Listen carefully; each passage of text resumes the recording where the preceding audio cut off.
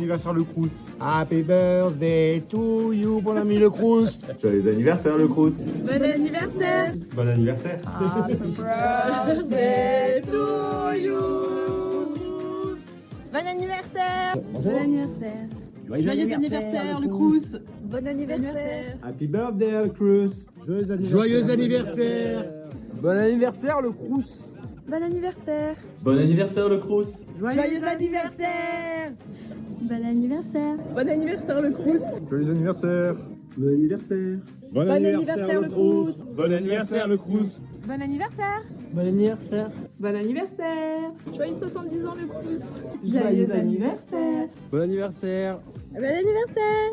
Bon anniversaire. Joyeux anniversaire. Happy birthday, le Crous. Joyeux anniversaire le Crous. Joyeux anniversaire le Crous. Joyeux anniversaire, le Crous. Bon anniversaire le Crous. Bon anniversaire le Crous. Joyeux anniversaire.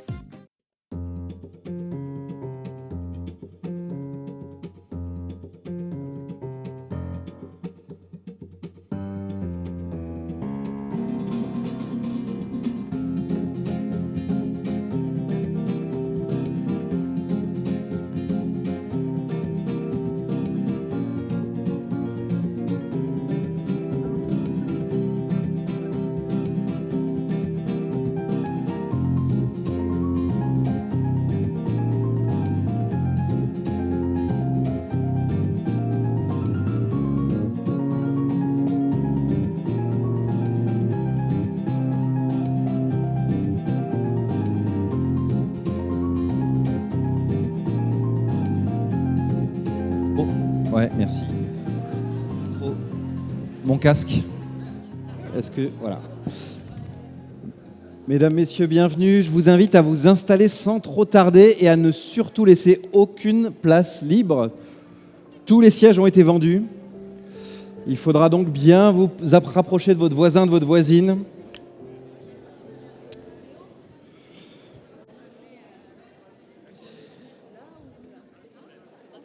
Oh, le plus simple, c'est de vous mettre assez proche pour que ça soit pas trop long de venir. Ah.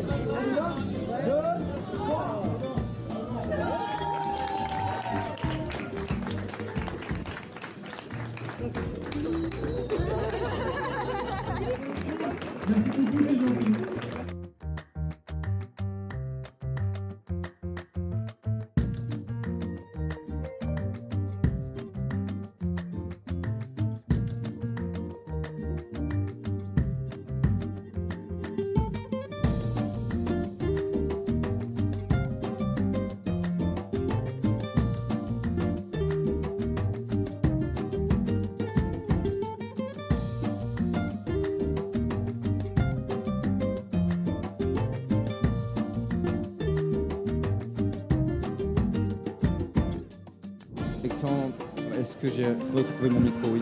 Voilà, je vous invite à vous asseoir dès que vous le pouvez. On a un programme dense qui nous attend. Et en plus, vos collègues à distance sont déjà connectés. Voilà, merci de prendre place. Joyeux anniversaire à le personnel du Crous.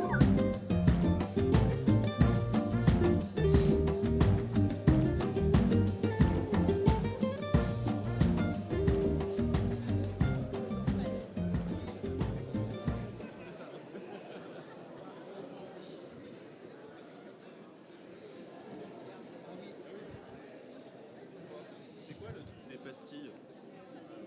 C'est marqué pastilles vertes sur les rangées, ça sert à quoi? Je sais pas. Vous savez pas, on se souviendrait quoi.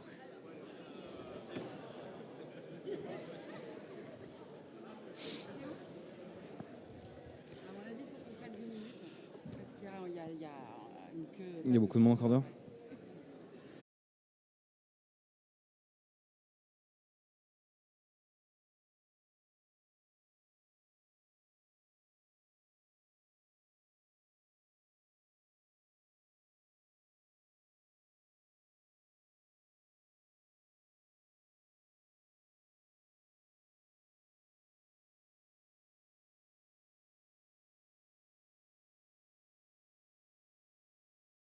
Alors.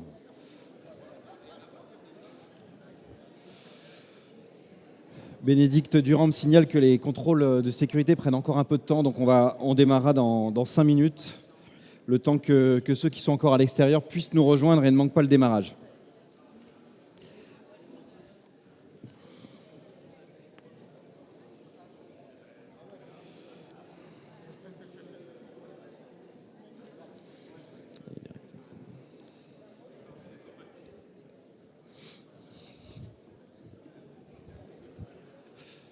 Je vous confirme qu'il y a plusieurs acteurs qui sont là, j'en ai vu plusieurs.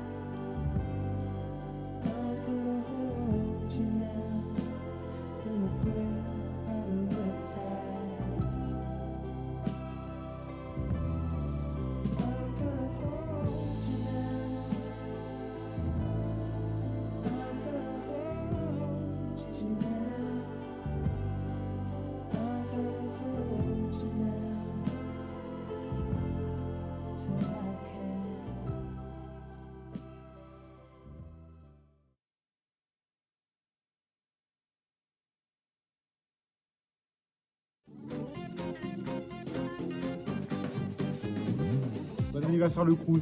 Happy birthday to you, mon ami le Crous. Joyeux anniversaire le Crous. Bon anniversaire. Bon anniversaire. Birthday to you. Bon anniversaire. Bon anniversaire. Joyeux anniversaire le Crous. Bon anniversaire. Happy birthday le Crous. Joyeux anniversaire.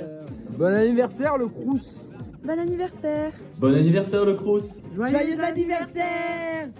Bon anniversaire. Bon anniversaire le Crous. Joyeux anniversaire. Bon anniversaire.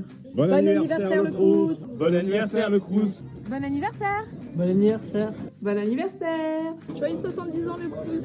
Joyeux anniversaire. Bon anniversaire. Bon anniversaire. Bon anniversaire. Joyeux anniversaire. Happy birthday le Crous. Joyeux anniversaire le Crous. Joyeux anniversaire le Crous. Joyeux anniversaire le Crous. Bon anniversaire le Crous. Joyeux anniversaire le Crous. Joyeux anniversaire.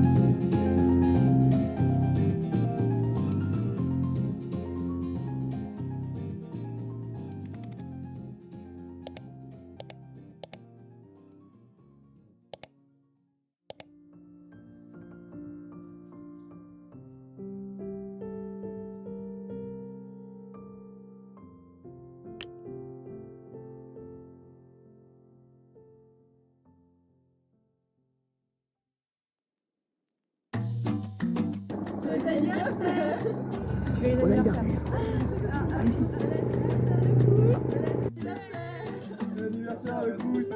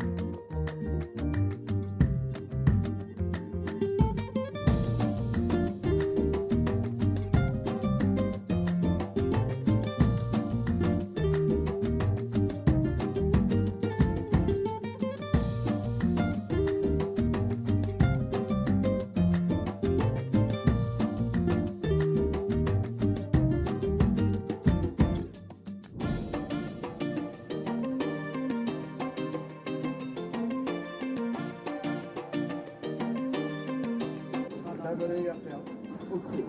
Voilà. Voilà. C'est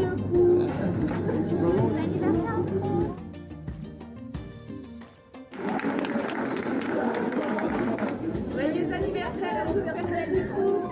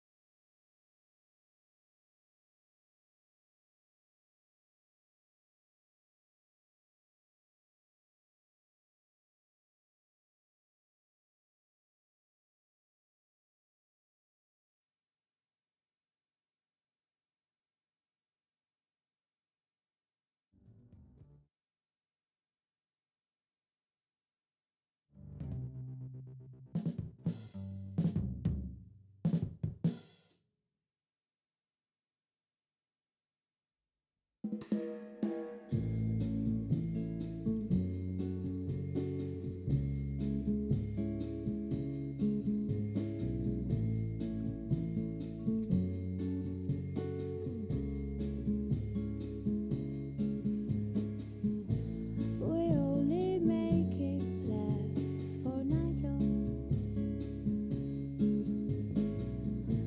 We only want what's best for him.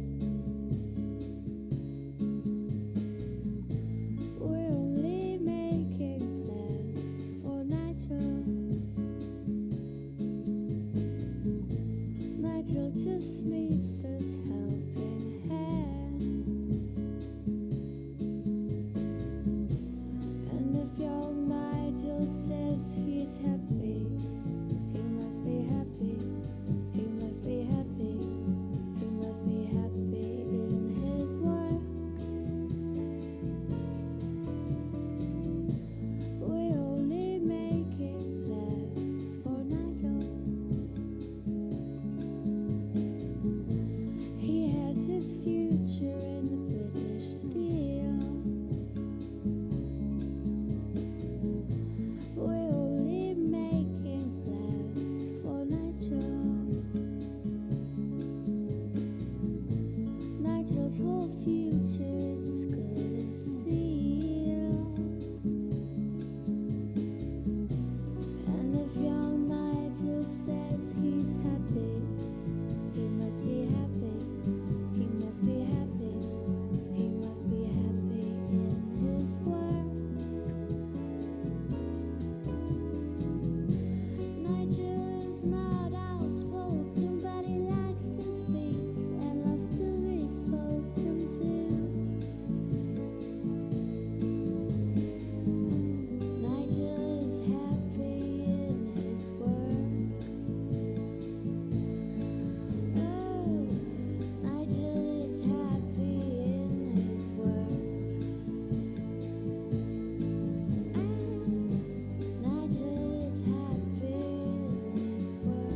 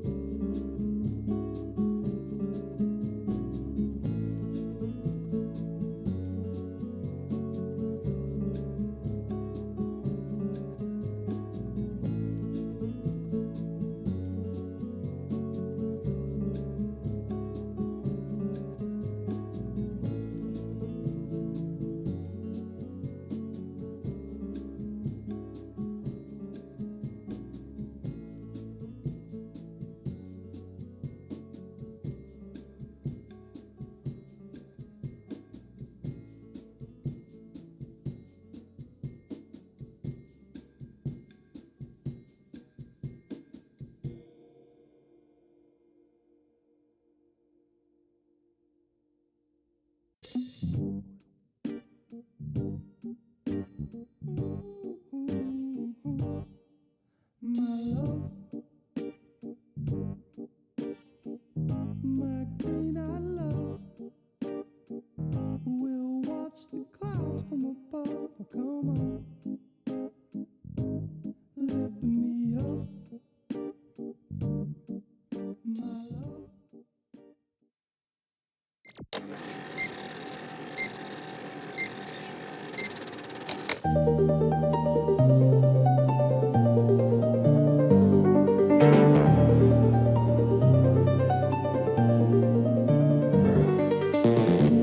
Le réseau des Crous est né il y a 70 ans sous l'impulsion d'associations étudiantes. Depuis 70 ans, une ambition partagée, accompagner et soutenir chaque étudiant, quel que soit son parcours ou ses études. Depuis 70 ans, on accueille, on régale, on écoute, on protège, on conseille, on connecte, on innove, on s'engage. Depuis 70 ans, nous n'avons de cesse de nous moderniser et d'améliorer nos services pour que demain, nous soyons toujours plus proches des étudiantes et des étudiants. Les Crous 70 ans, soutenir aujourd'hui pour préparer demain. Allez, micro.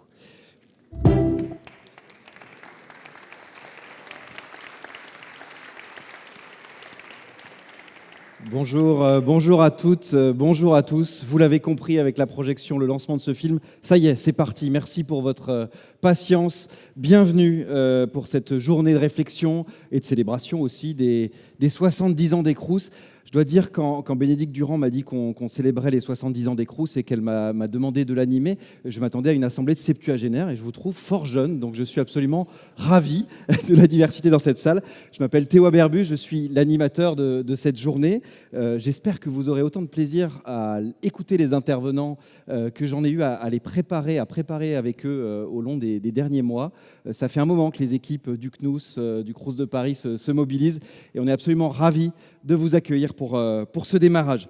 Alors, on veut une journée dense, on la veut dynamique, on la veut aussi interactive et on va saluer aussi vos collègues qui n'ont pas pu être avec nous aujourd'hui mais qui sont d'ores et déjà connectés en ligne et dont on prendra également les questions et les remarques tout au long de la journée. Sans plus tarder, pour ne pas vous faire patienter davantage, je cède la place évidemment au maître des lieux, Thierry Baudet, le président du CESE, qui, sous vos applaudissements, va rejoindre le pupitre et nous lancer cette journée. Vous êtes chez vous, Thierry. Je vous laisse officier.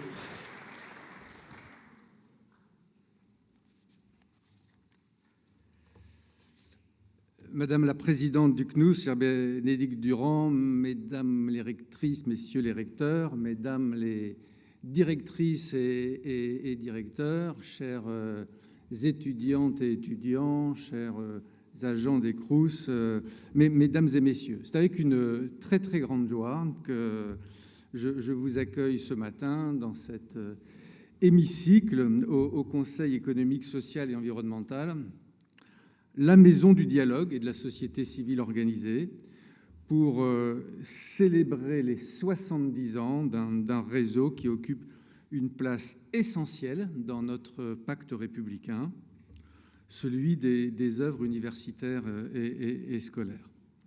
Que le CESE s'associe à ce colloque n'est pas un hasard.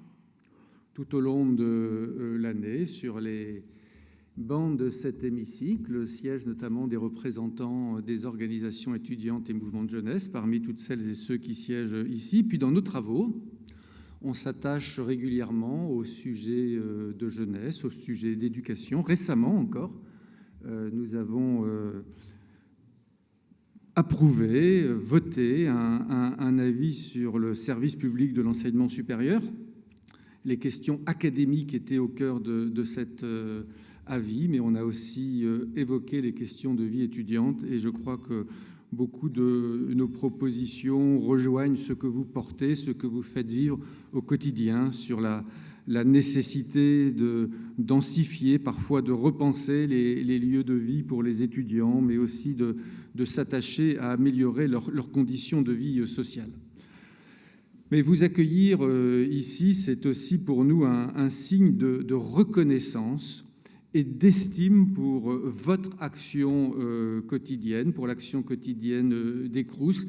Ces acteurs, là d'où je suis, que je trouve parfois discrets, mais déterminants de la réussite étudiante. Et je pense que ce colloque, cet anniversaire, c'est aussi une manière de dire haut et fort que la vie étudiante ne saurait être réduite à ses dimensions académiques.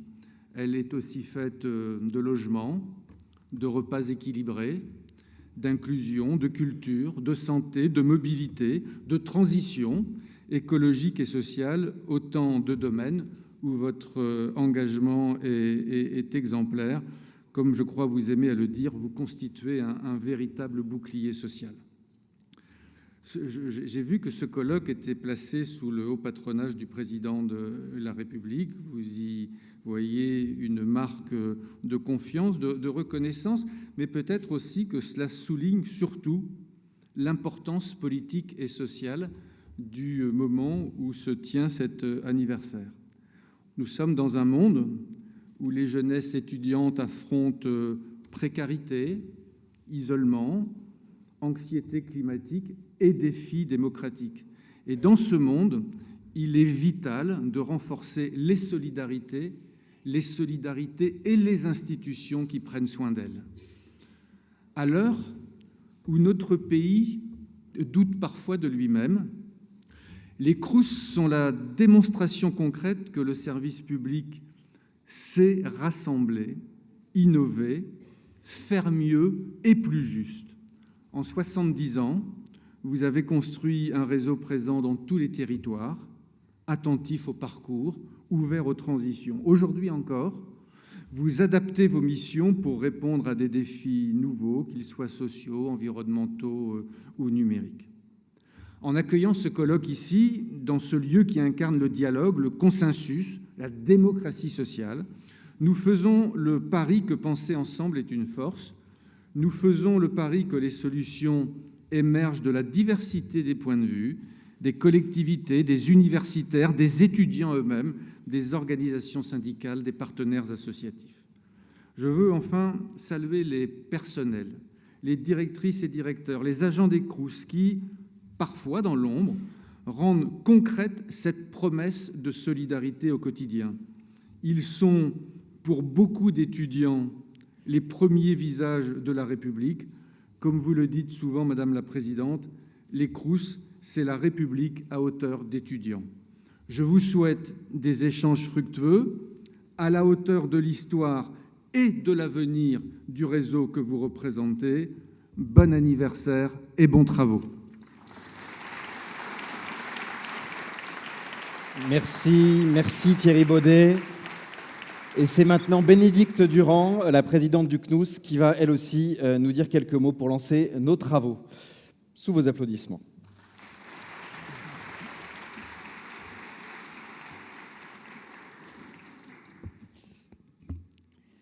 Monsieur le Président du Conseil économique, social et environnemental, cher Thierry Baudet, Mesdames et Messieurs les recteurs, Mesdames et Messieurs les présidents d'université et vice-présidents, Mesdames et Messieurs les inspecteurs généraux, Madame la directrice générale déléguée du CNUS, cher Emmanuel, Mesdames et Messieurs les directeurs généraux des Crous, du passé, du présent et de l'avenir, qui sait, Mesdames et Messieurs les administrateurs des Crous, Mesdames et Messieurs les élus, Mesdames et Messieurs, chers collègues, chères étudiantes, chers étudiants, c'est pour moi évidemment un immense plaisir de vous accueillir à mon tour en cette journée du 70e anniversaire du réseau des œuvres universitaires et scolaires.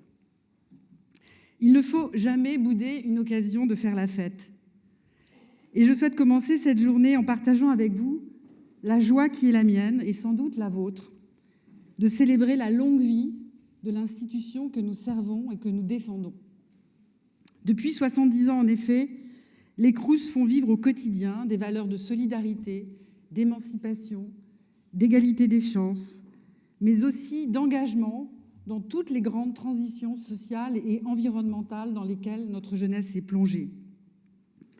Travailler en Crous, administrer ces établissements ou tout simplement les soutenir nous donne à tous et tous le sentiment de contribuer au bien commun, fort d'un sens rare de l'intérêt général, mais surtout témoigne de notre capacité collective à changer la vie des étudiantes et des étudiants. Et par les temps qui courent, cela vaut d'être fêté. Exception française, ou presque, avec ses 15 000 agents, ses 750 résidences universitaires, ses 950 points de restauration partout en France et les quelques 2,5 milliards de bourses proposées aux étudiants, les Crous témoignent d'un choix fait par notre pays, il y a 70 ans, de soutenir la démocratisation de l'enseignement supérieur et sa massification. Cette journée nous offre donc l'occasion de retrouver les fondements de ce choix, d'en mesurer les résultats et de renouveler cet engagement. Car il n'y a pas d'égalité réelle des chances de réussite académique s'il n'y a pas d'égalité réelle des conditions matérielles de cette réussite. Un toit, un repas, mais aussi du temps et des lieux à partager avec ses amis pour faire du sport, bouquiner ou travailler ensemble. Réunir ces conditions matérielles, celles d'un parcours étudiant le plus apaisé possible, c'est notre métier. Nous devons en être fiers, mais nous devons aussi savoir nous interroger, avoir l'audace de nous réinventer. C'est pourquoi, avec Sophie Béjean, rectrice de la région académique des Hauts-de-France, qui nous a fait l'amitié de présider le comité d'organisation de ce colloque, nous avons souhaité nous donner le temps de la réflexion. Une journée tout entière pour lever la tête, prendre le temps de regarder notre réseau, son évolution, son avenir, avec vous tous, qui dans tous nos territoires le faites vivre, mais aussi avec nos partenaires, présidents d'universités, collectivités, associations, sans lesquelles il n'y aurait pas de vie étudiante. Ces 10 dernières années ont été marquées par un double choc pour le réseau des œuvres et l'ensemble des acteurs de la vie étudiante. Un choc démographique, d'abord, avec l'arrivée des natifs du nouveau millénaire dans le système d'enseignement supérieur français, et le choc de la crise sanitaire, qui a accru de façon considérable et dans l'urgence le besoin de services et de soutien supplémentaires aux étudiants. Face à ce double défi, le bouclier social que nous sommes a tenu, soutenu, je dois le dire, avec force et constante, par les ministres qui ont porté notre stratégie et défendu notre budget. Plus que jamais convaincus du caractère indispensable de notre mission, acceptons aujourd'hui d'ouvrir la discussion sur toutes les pistes d'amélioration du service que nous rendons à la communauté universitaire. Je remercie tous nos invités d'avoir accepté de nous y aider, d'ouvrir ces pistes de progrès. Et je ne doute pas que Théo Aberbouch animera les débats pour qu'il nous reste de cette journée de la force en plus et des idées nouvelles au service des étudiantes et des étudiants. Charge à Christine Musselin, que je remercie chaleureusement de sa présence, de nous en tracer les lignes directrices en fin de journée, avant que le ministre nous rejoigne. Pour conclure, et si vous ne l'avez pas découverte ce week-end, je vous recommande vivement d'aller voir l'exposition de Jan Peiming, le meilleur travailleur du Crous, à la Galerie d'art du Crous de Paris, 11 rue des Beaux-Arts. Vous y verrez 10 portraits monumentaux d'agents du Crous. Étudiant international à Dijon il y a quelques décennies, Ming a choisi de nous donner à voir les visages de celles et ceux qui l'ont accompagné. Et c'est magnifique. L'œil de l'artiste nous met face à l'essentiel de ce que nous sommes. Une génération qui en rencontre une autre. Le regard de femmes et d'hommes qui soutient celui d'une jeunesse pleine de doutes, mais aussi de convictions et de rêves. Mes derniers mots iront à ces femmes et à ces hommes, à nos agents, qui, 70 ans après, dans tous nos métiers, continuent de prendre cette formidable responsabilité de soutenir les étudiants avec engagement, dévouement, bienveillance. Qu'ils reçoivent notre reconnaissance collective. Je vous souhaite à toutes et à tous une belle journée de travail et vous demande de saluer tout particulièrement celles et ceux qui ont rendu cette journée possible. David Martinez, Clémentine Le Révérend, Sylvie Vénua, Ismaël Diabagaté, notre graphiste Anne Carter qui a réalisé les cartes postales dont vous disposez, j'espère, et que vous ne manquerez pas d'envoyer à vos amis cet été. Les équipes du Crous de Paris, bien sûr, et celles du CESE qui nous accueillent dans ce magnifique hémicycle des citoyens. Bon colloque à toutes et tous et joyeux anniversaire au réseau.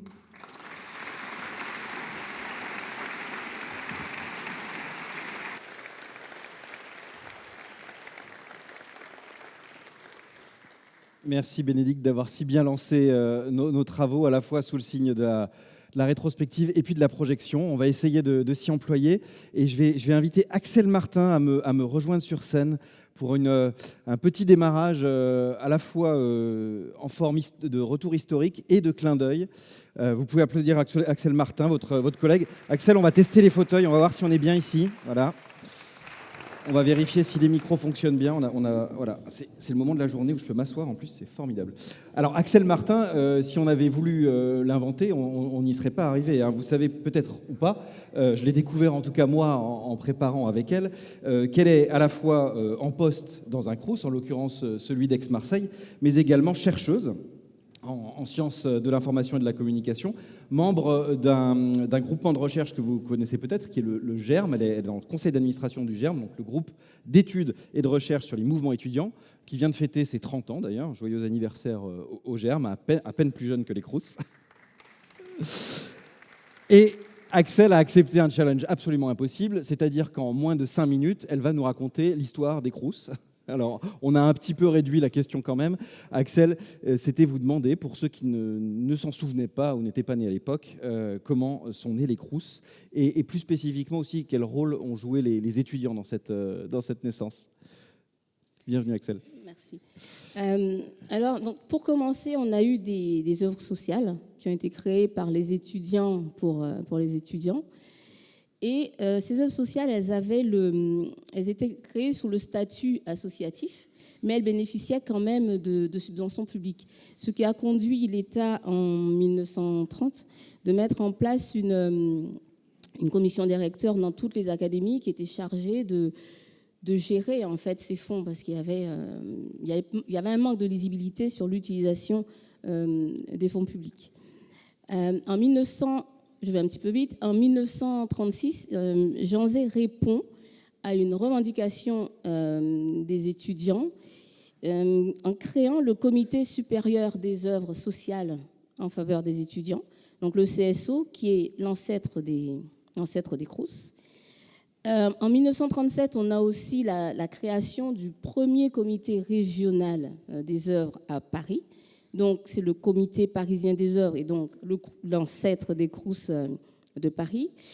En 1947, le comité supérieur des œuvres sociales en faveur des étudiants a pris le nom de comité supérieur des œuvres sociales en faveur de la jeunesse universitaire, en faveur de la jeunesse scolaire, et universitaire. Donc, en fait, à ce moment-là, le CSO a élargi ses missions, non seulement aux étudiants, mais à la jeunesse tout entière. À cette même date, on a eu aussi l'obligation de créer des comités régionaux dans chaque académie.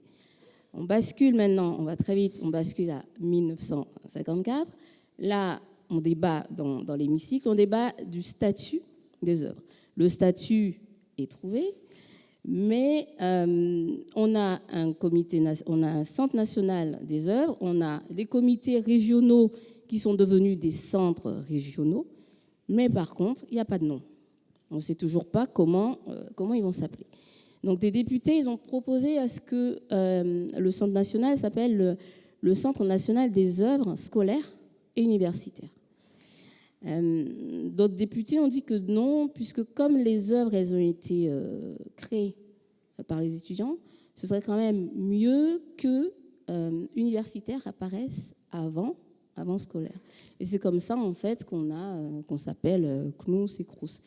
Donc, la loi du 16 avril 1955, en fait, elle donne un statut juridique à ces œuvres qui passe du statut associatif à des organismes d'État et qui consacre aussi la cogestion étudiante qui a pris fin en 1963. Et pour en arriver, on a fini sur le retour historique. Là, vous avez... Ah, c'était... bravo. Bravo pour cette synthèse. On retiendra que Christine Musselin, chercheuse au CSO, Centre de sociologie des organisations, conclura la journée. Et ça, c'était très fort, puisque les Crous ont donc démarré en s'appelant CSO également.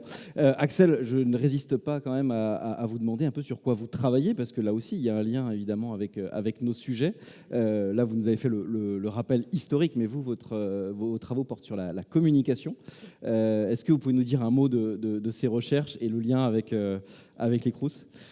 Alors, j'observe l'évolution de la communication dans le milieu estudiantin à travers une approche historique et communicationnelle des Crous.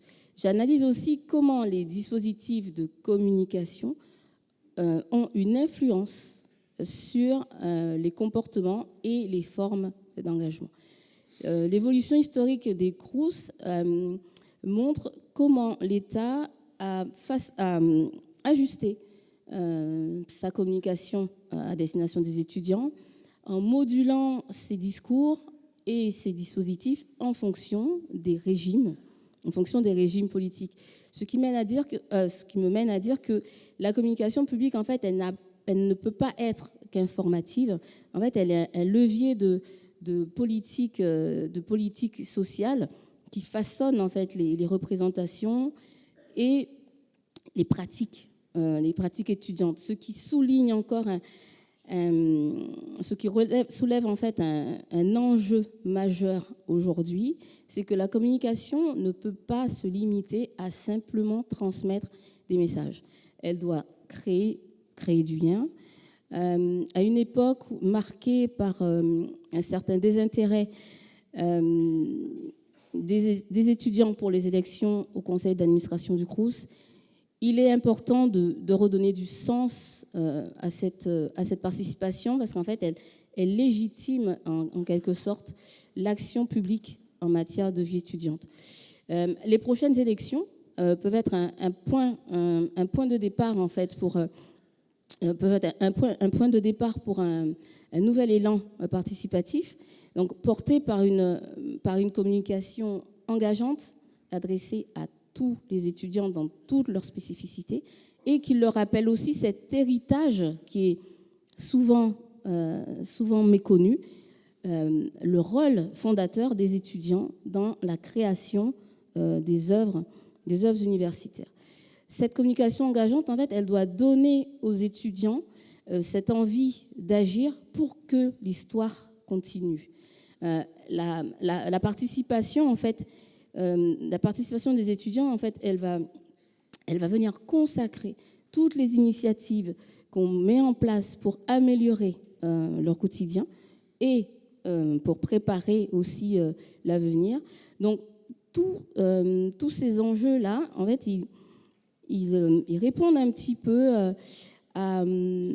aux questions qu'on va évoquer tout à l'heure, à savoir questions sur le logement, la santé, les ressources, et aussi ce besoin de collectif qui est né de la dernière crise sanitaire.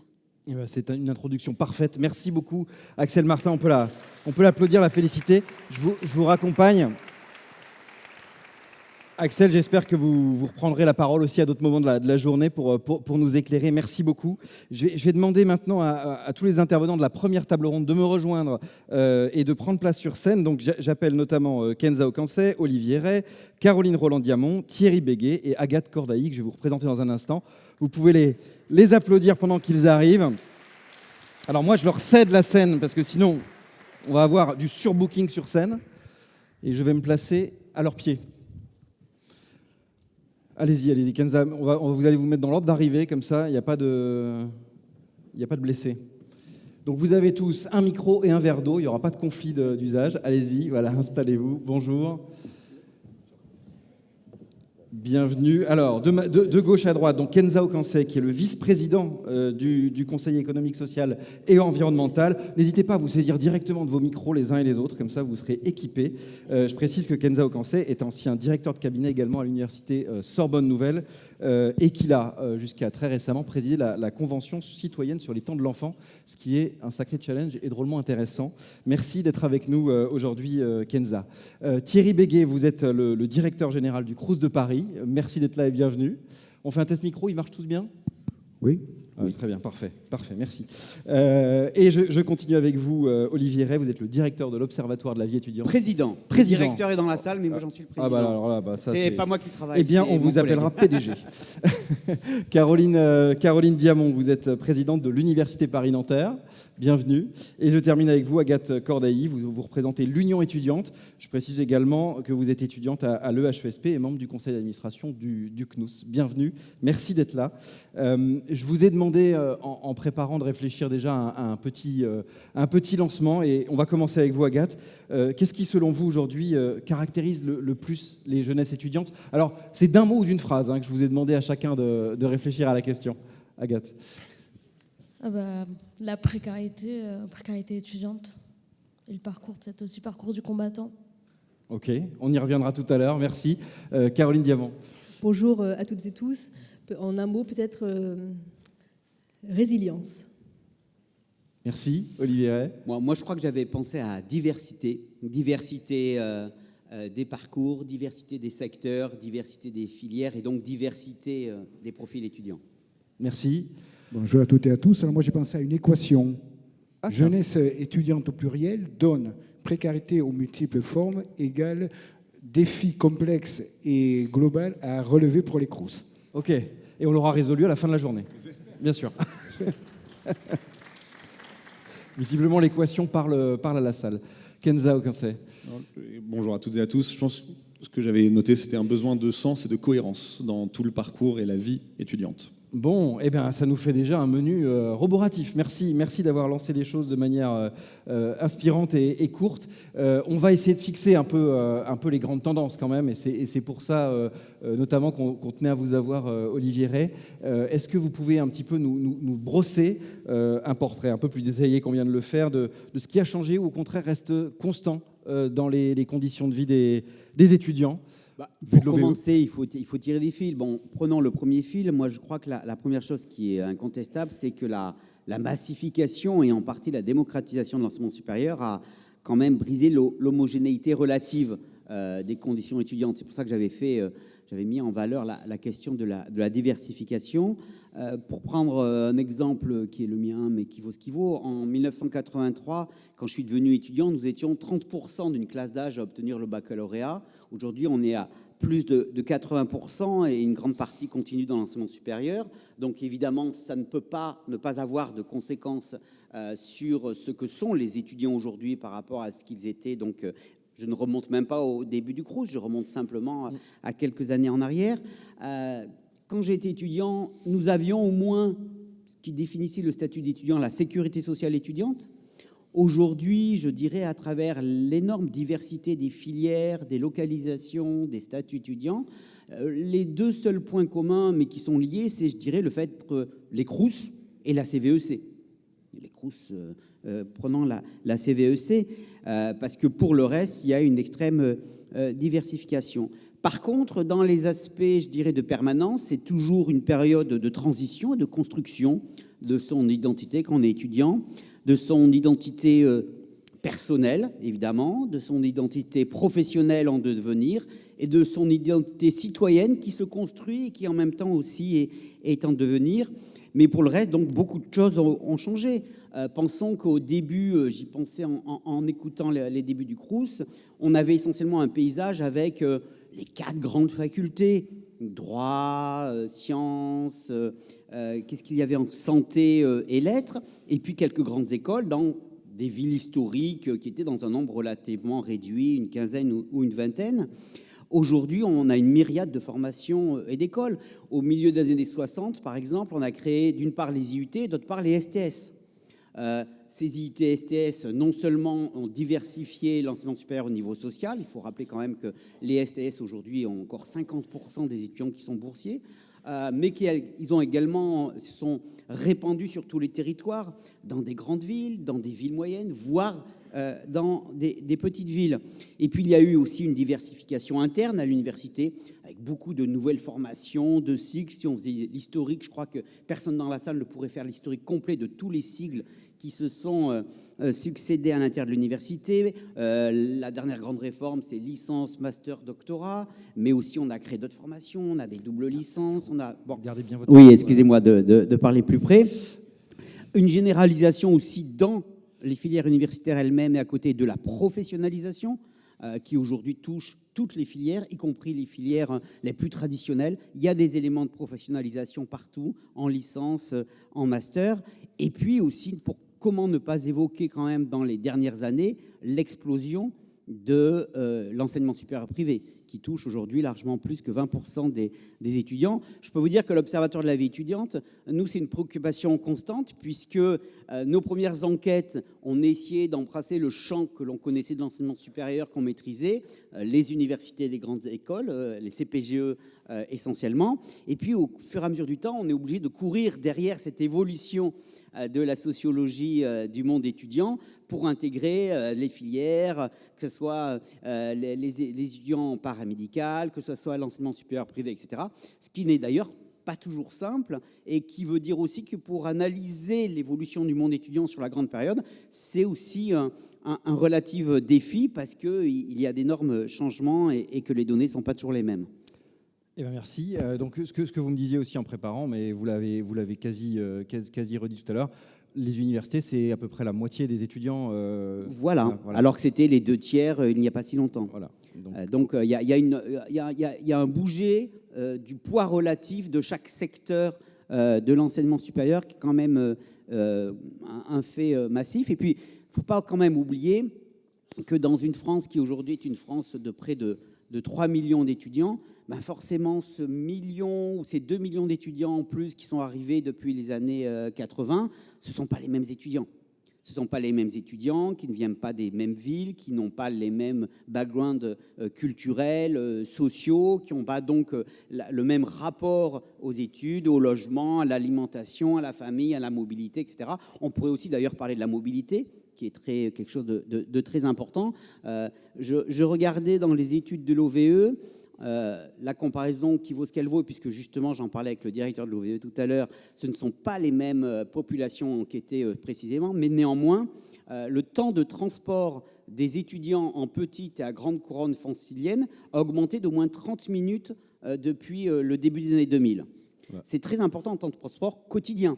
Ce qui veut dire, ça témoigne quoi? Ça témoigne de la dispersion des lieux d'enseignement, ça témoigne des difficultés pour se loger près de son lieu d'études, ça témoigne aussi de la diffusion des foyers étudiants un peu partout sur le territoire. Ce sont des éléments à prendre en compte pour tous les acteurs de l'enseignement supérieur. Eh ben on va y revenir avec eux tout à l'heure. Merci d'avoir brossé cette diversité.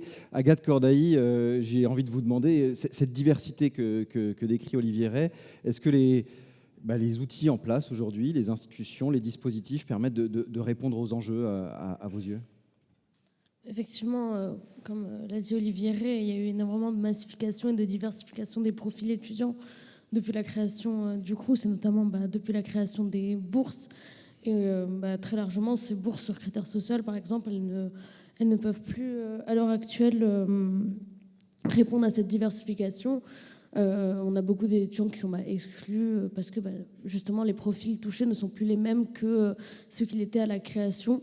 Et donc il faut impérativement repenser à une réforme des bourses, notamment aussi parce que la bourse elle n'est pas indexée sur l'inflation et que tous les barèmes n'augmentent pas forcément, alors que d'un côté il y a de l'inflation aussi. Et on le voit surtout sur le fait que la CVEC aussi elle augmente. Enfin, il y a plein de choses qui font que cette bourse elle est plus adaptée. En outre, ce sont des aides en général qui ne sont pas assez adaptées. Il n'y a pas assez d'aller vers. Et beaucoup des aides ne sont pas forcément connues des étudiants et des étudiantes. Et même quand elles sont connues, on voit souvent que les services sociaux des Crous sont submergés. Et on en vient à faire, en tout cas dans les services sociaux, ça en vient à faire des choix entre précaires et plus précaires. Et c'est quelque chose qu'à l'heure actuelle, on ne peut pas continuer d'accepter et sur lesquels il faut impérativement qu'on se bouge et qu'on change les choses. Vous l'avez dit là, mais vous avez insisté dessus quand on échangeait avant cette conférence. Il faut aller vers les étudiants. On parlait de communication tout à l'heure avec Axel Martin. C'est vraiment votre conviction, ça. Face à cette diversité, il faut aller vers les étudiants davantage? Il faut aller vers, il faut leur ouvrir la porte et surtout faut faire en sorte d'avoir des systèmes qui prennent en compte tous les étudiants, quels qu'ils soient et quelles que soient leurs origines ou le milieu dont ils viennent, ce qui à l'heure actuelle n'est pas le cas. Alors j'ai envie de dire à Thierry Béguet, vous n'avez pas un job facile. Hein. Saisissez-vous de votre micro. Comment vous affrontez comment vous vous confrontez à cette diversité des besoins face à des dispositifs qui évoluent aussi? Vous avez le repas à 1 euro qui est arrivé. Voilà, il y a des choses qui se font, mais une grande masse d'étudiants, une grande diversité. Comment s'y prennent les directeurs de Crous, et à Paris particulièrement? Ça reprend mon propos introductif. Effectivement, nous sommes confrontés donc à une diversité de précarité. On parle de précarité, on parle de pauvreté, on parle de vulnérabilité, d'insécurité. Et là, effectivement, les Crous doivent mobiliser le plus efficacement possible les moyens dont ils disposent. Alors, face à ça, mais il faut vraiment voir le panel de ces précarités, hein, parce qu'on parle effectivement de la précarité monétaire, mais aussi également la vulnérabilité pour l'accès au logement, précarité alimentaire, précarité énergétique, précarité sociale pour des segments de public. Et ça, c'est le défi de nos établissements de faire face avec les dispositifs dont ils disposent. Bon, il faut quand même rendre grâce que ces dispositifs fonctionnent. Fonctionne. Ce n'est pas le verre à moitié plein ou à moitié vide. Moi, je dis qu'il est bien plein. On a les bourses, vous l'avez dit, effectivement. Bon, les bourses, elles sont là. Elles ont le mérite d'exister. C'est quand même une réponse à la précarité monétaire qui est extrêmement importante. Et je le vois pour le Crous de Paris, 70 000 boursiers, c'est 240 millions d'euros qui sont mobilisés. Est-il parfait? S'il y a une réforme, c'est effectivement, il va y avoir des corrections. On va améliorer. Regardez bien votre micro. On va améliorer donc le dispositif dont on sait effectivement c'est quelques fragilités, sensibilité avec les effets de seuil. Vous l'avez dit, les problématiques peut-être d'indexation et autres. Mais les bourses sont là. Les bourses sont là et sont complétées par nos dispositifs d'aide. Les aides qui sont pour, je veux dire, à corriger effectivement ce que ne veut pas corriger la bourse, et notamment les ruptures familiales ou l'indépendance avérée, puisque vous le savez, notre système social est quand même bâti premièrement sur le soutien familial. C'est bien ça. On commence par le soutien familial, les aides publiques et après les activités rémunérées. Le repas à 1 euro, vous l'avez dit, ça aussi, c'est quand même, c'est un modèle qui est unique dans notre paysage international. Qui peut dire, c'est un choix politique extrêmement fort, de dire, vous avez une tarification sociale, 3,30 € pour l'ensemble des étudiants, et ensuite très sociale pour les étudiants boursiers et les étudiants en précarité, 1 euro. Alors qu'on sait très bien que le prix du repas est de plus de 8 euros. Donc ça aussi, c'est un effort. Et en plus, sur ce prix-là, vous l'avez dit, on ne galvaude pas la qualité. La qualité, puisque nous sommes à la recherche d'une qualité permanente dans nos repas. Donc, toute forme de précarité, nous sommes présents. Toutes les précarités, nous sommes bien ancrés dans nos stratégies des Crous. Et je dirais qu'il y a aussi un objet, un outil qui est extrêmement important, c'est la CVEC. La CVEC a permis effectivement de corriger, de permettre d'apporter des réponses appropriées donc, à certaines formes de précarité. Merci Thierry. Les uns et les autres, vous n'hésitez pas à me faire signe si vous voulez réagir. Vous êtes là aussi pour débattre entre vous. Kenza, on continue avec vous. Kenza Okancé, on brosse le portrait de cette jeunesse. Est-ce que vous avez le sentiment qu'elle est plus individualisée et qu'il faut recréer du collectif sur les campus ? Je pense que c'est extrêmement important de se saisir de ce sujet correctement, en effet, et c'est ce qui vient d'être dit. On est peut-être, en effet, face à une jeunesse plus individualisée, pas individualiste, loin de là, mais dans des modes d'engagement, dans des modes de fonctionnement vis-à-vis de la société plus individuels. Et ça, c'est le produit de tout ce qui se passe depuis des décennies dans la société, autour de l'épanouissement personnel, du fait qu'on promeut quand même un modèle très centré sur la personne, et forcément, ça a des impacts aussi sur l'engagement et sur les plus jeunes, sur les étudiants. Donc, en effet, aujourd'hui, je pense que c'est un mouvement de fond qui s'est accentué, qui a été extrêmement visibilisé au moment du Covid, avec cette perte de lien énorme sur les campus, quand même, ce qui s'est passé. Et ça, les associations étudiantes l'ont vécu aussi, sur justement cette difficulté après de rebondir, de reconstruire aussi du lien, d'être présent. Mais c'est une lame de fond quand même qu'il y a derrière, autour de ces nouvelles formes de participation, ces nouvelles attentes, en tout cas qu'il y a. Puisque l'engagement est transformé aujourd'hui. Alors, ce n'est pas spécialement en se disant que les jeunes font des choses absolument nouvelles, mais plutôt qu'elles se désengagent des formes traditionnelles de participation.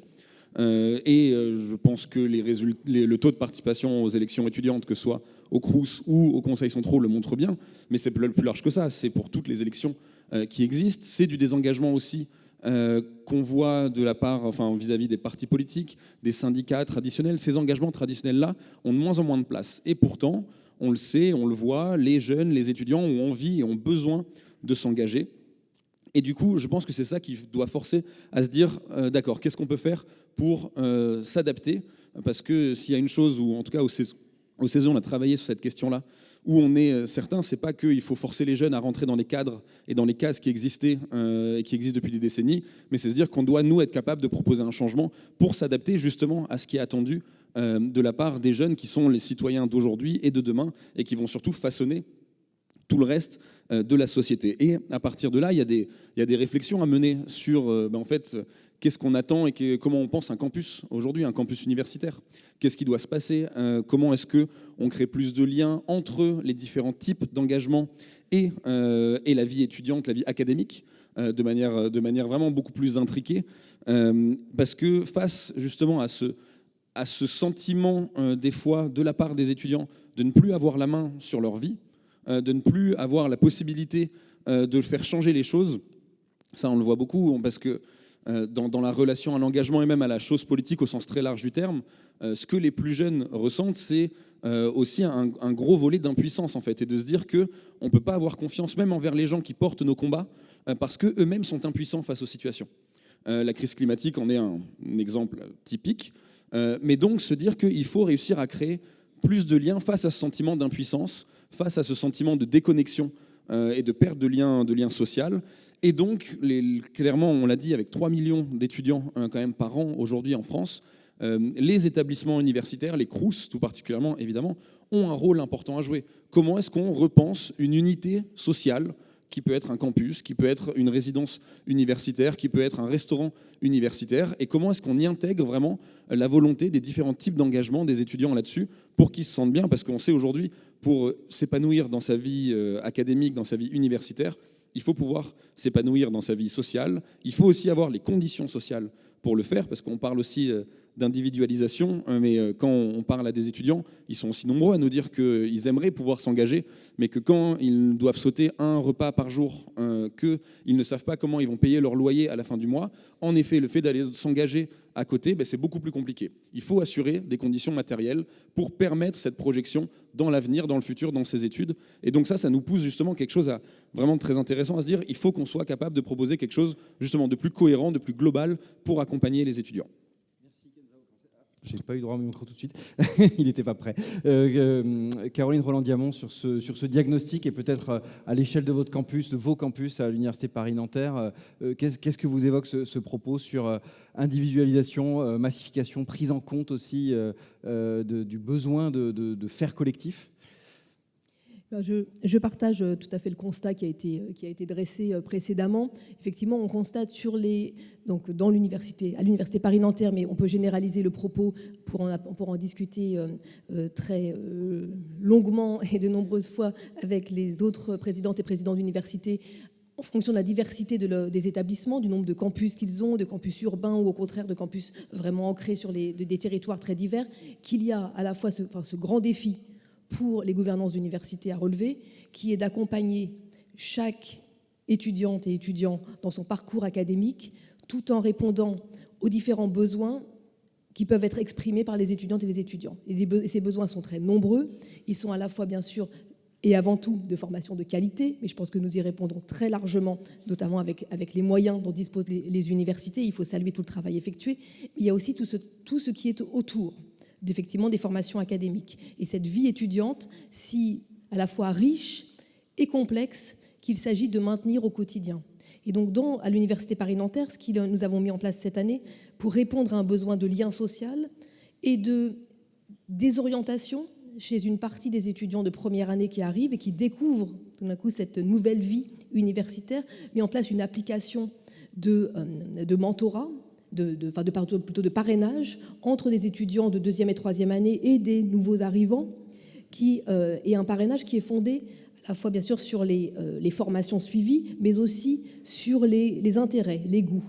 Et c'est là où on retrouve ce besoin d'engagement dans une vie associative, dans une vie sportive, dans une vie culturelle très fort. Et donc on a vu un succès immédiat, une demande. Alors avec un déséquilibre, un succès immédiat chez les étudiants de première année, les primo-arrivants, qui se sont inscrits en masse, et un temps d'hésitation chez les étudiants de deuxième et troisième année. Certains ont répondu tout de suite à l'appel, en disant « bien sûr, je vais m'engager à devenir parrain ou marraine d'un nouvel étudiant », et d'autres qui ont hésité, en disant « mais moi je suis déjà très largement engagé dans des activités solidaires, je suis déjà très largement engagé, mes études sont très prenantes, j'ai moi-même de grosses difficultés. Est-ce que je suis vraiment la bonne personne pour être parrain ou marraine d'un nouvel étudiant ?» Et la réponse que l'université a souhaité leur donner, les encourager, c'était que oui, quelle que soit aussi la diversité des étudiants, il est important qu'ils puissent tendre la main et aider les nouveaux arrivants à se retrouver dans cette vie universitaire qui est assez complexe quand on débute, et à pouvoir s'engager. On ressent un lien très fort, un besoin très fort de lien social qui se manifeste donc à l'Université Paris-Nanterre. Il y a plus d'une centaine d'associations étudiantes. Ça semble beaucoup, et en réalité, au regard des 35 000 étudiants que nous accueillons chaque année, c'est peu. Et donc les universités sont face à ce défi d'essayer, avec les moyens qu'elles ont, de développer les différentes formes de vie étudiante dans tous les aspects de cette vie, de renforcer aussi la prise de parole des étudiants dans le respect de tous les points de vue et du fonctionnement de l'établissement, et de solliciter donc, les avis des étudiants, soit par des sondages ou par des nouveaux modes d'engagement étudiant, type des conventions étudiantes. Allez-y, Olivier. Oui, je voulais rajouter quelque chose, puisque ça a été évoqué de façon différente deux fois. Sur la participation, l'engagement des étudiants, il y a des choses que l'on sait au niveau sociologique et qui pèsent forcément sur l'enseignement supérieur aujourd'hui, et les Crous en particulier, c'est que selon les milieux sociaux, on est moins porté à s'engager et à participer, y compris électoralement. Je crois que Claire Toury est quelque part dans la salle, je crois qu'elle en avait parlé dans sa thèse à l'époque. On voit bien, même dans la participation électorale ou l'engagement associatif des étudiants, que plus on vient d'un milieu favorisé, plus on vote et on s'engage, et plus on est d'un milieu défavorisé, et moins on vote et moins on s'engage. Alors que paradoxalement, c'est peut-être ces étudiants-là qui ont le plus besoin d'être accompagnés, entourés, soutenus, etc. Il faut prendre en sens cette chose en compte. J'avais un professeur que j'avais eu quand j'étais étudiant, il parlait de sens caché, S-E-N-S, pour qualifier cet engagement différencié selon l'origine sociale. Je crois que c'est quelque chose qu'il faut qu'on prenne en compte. Beaucoup de structures de participation et de représentation des étudiants ont été conçues forcément dans les années 50, 60, 70, à une époque de plus grande homogénéité sociale et communautaire des étudiants, communautaire au sens où on faisait la même chose au même moment avec les mêmes rythmes. Les différenciations territoriales, des rythmes, des études, des profils sociaux ont eu des conséquences. Est-ce qu'on en a tiré toutes les conséquences en termes de représentation, d'engagement, de lieux associatifs étudiants? Je ne suis pas tout à fait sûr, je n'ai pas forcément de solution à la matière, mais c'est une vraie réflexion que je pense qu'il faut qu'on ait à ce niveau-là. On la note, et puis on développe aussi dans la deuxième table ronde cette question de l'engagement étudiant. Agathe Cordailly, sur ce que disait Caroline Roland-Diamond sur l'importance aussi au niveau des gouvernances universitaires de saisir de la vie étudiante. Vous avez vu, vous voyez les choses changer, c'est un sujet plus stratégique à votre sens aujourd'hui dans les établissements. Alors on ne va pas dire que pour les Crous ça serait nouveau, mais est-ce que les dynamiques changent ? Oui, les dynamiques, elles changent, notamment depuis la mise en place de la CVEC, qui, je le rappelle, du coup, est la contribution de vie étudiante et de campus, qui est une taxe qui est payée... Vous n'êtes pas fan, hein ? Non. Non, c'est une taxe qui est payée par les étudiants, et elle est injuste, parce que du coup, c'est les étudiants qui payent pour animer leur vie de campus, et qui, du coup, qui payent cet argent, alors que souvent, quand on est étudiant, on est majoritairement précaire. Et donc, c'est très compliqué à l'heure actuelle d'accepter qu'il y a encore cette contribution de vie étudiante et de campus. Une CVEC en plus qui est indexée sur l'inflation, mais qui est utilisée par les universités, par les Crous, par les écoles aussi des fois, pour financer la vie étudiante. Et on considère que ce serait pas, c'est pas aux étudiants du coup de financer leur propre vie étudiante. Il faut un réel investissement de la part de l'État dans la vie étudiante, et surtout une vie étudiante, donc à quel prix?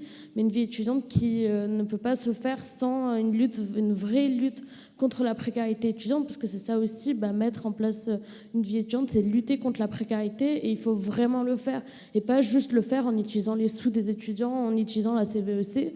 Surtout que à l'heure actuelle, on voit énormément de dérives d'utilisation de la CVEC. On voit des universités dans lesquelles c'est utilisé pour financer des emplois ou je ne sais quoi, et où des étudiants, les associations étudiantes aussi utilisent ces fonds pour faire des distributions alimentaires. Ce qui, nous, on ne devrait pas avoir à faire ça, et on ne devrait pas avoir à utiliser cette CVEC, cette taxe, encore une fois, qui est payée par les étudiants et les étudiantes pour faire ce genre de choses, parce que il faut un vrai plan de lutte contre la précarité, et ça passe aussi par la vie étudiante et par le fait de mettre fin à cette contribution. Peut-être avec vous, Thierry Béguet, sur cette question de la précarité, de sa prise en compte et au plus haut niveau. C'est un des effets du Covid. Ça a mis en lumière des choses que vous saviez sans doute déjà dans les Crous, mais qui ont explosé depuis. Oui, effectivement, la crise sanitaire a surtout exposé des fragilités qui sont souvent très anciennes. Donc effectivement, il y a eu une vulnérabilité, il y a eu une problématique sur la perte de l'emploi rémunéré qui a aggravé effectivement des situations. Sinon, pour le reste, c'était déjà effectivement des situations bien ancrées. Mais moi, je voudrais rebondir sur cette notion de vie étudiante, parce que elle est peut-être moins simple qu'on le pense, parce que c'est vrai que de prime abord, on se dit bien évidemment que les Crous sont des acteurs majeurs de la vie étudiante. Après ce temps un peu de spontanéité, le temps un peu du questionnement, et je me suis dit, bon, on parle de vie étudiante, on parle de vie universitaire, on parle de vie de campus, on parle maintenant de l'expérience étudiante. Donc plein effectivement de définitions, et alors la vie étudiante se définit par toute une série d'items, mais je vais dire comment tous les acteurs se mettent en place pour y répondre. Et je voudrais, puisqu'on est sur une journée de travail, on dresse des perspectives ou des vœux, où on fait passer des messages, et je voudrais exposer un échec. Bon, voilà, je veux dire un échec. Oui, un échec parce que j'ai vu arriver un jour sur mon bureau un schéma directeur de l'expérience étudiante. Je ne vais pas citer, évidemment, d'une université. Je me suis dit, mais à quel moment on a contribué ? À quel moment on a contribué ? Je trouve que c'était un petit peu dommage, effectivement, qu'au regard de ce que nous portons quand même, les Crous, qu'on n'ait pas eu effectivement ces temps d'échange pour... Je ne parle pas de co-construire, chaque université porte ses projets d'établissement, mais participer, apporter notre savoir-faire, notre expérience, nos forces, mais aussi exposer aussi nos faiblesses et nos contraintes. Donc vraiment, j'appelle un vœu important parce qu'une vie étudiante, pour moi, elle ne peut se faire que dans un travail collaboratif, partenarial, afin qu'on puisse établir et venir en soutien de ces feuilles de route que se dotent les universités. Donc, je me dis que moi aussi, j'étais sûrement dans l'échec parce que je n'ai pas dû créer vraiment le lien qu'il fallait. Donc, moi, j'appelle vraiment de mes voeux que la vie étudiante, qui est complexe, vous avez vu le nombre d'items que l'on doit traiter, se fasse de manière vraiment partenariale à l'université et qu'on apporte ce qu'on peut nous apporter les Crous. Après, on a aussi des réussites, on ne va pas quand même finir que sur les échecs. Les réussites aussi, parce qu'on voit bien que la vie étudiante, c'est aussi des collectivités, on travaille à travers des sites, et Paris est un site à lui tout seul, c'est une ville campus, et on a aussi de belles réussites avec notamment la convention avec la ville de Paris, qui dresse de manière partagée toute une série d'objectifs que nous portons avec la ville sur la vie étudiante. Et puis après, alors c'est vrai qu'on ne partage peut-être pas tous la même opinion, mais la CVEC, c'est quand même un formidable outil à la fois de valorisation de la vie étudiante et de partenariat.